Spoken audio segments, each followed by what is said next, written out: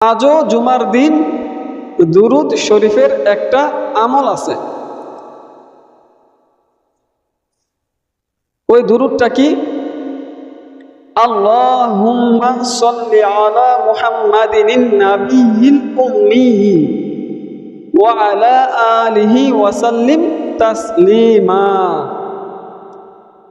এই দুরুদ সম্পর্কে আল্লাহর হাবিব মুহাম্মদুর রাসূলুল্লাহ সাল্লাল্লাহু আলাইহি ওয়াসাল্লাম বলেন, যে ব্যক্তি জুমার দিন আসরের নামাজের পর নিজের স্থানে বসে উক্ত দুরুদ ৮০ বার পড়বে, তার ৮০ বছরের গুনাহকে মাফ করে দেয়া হবে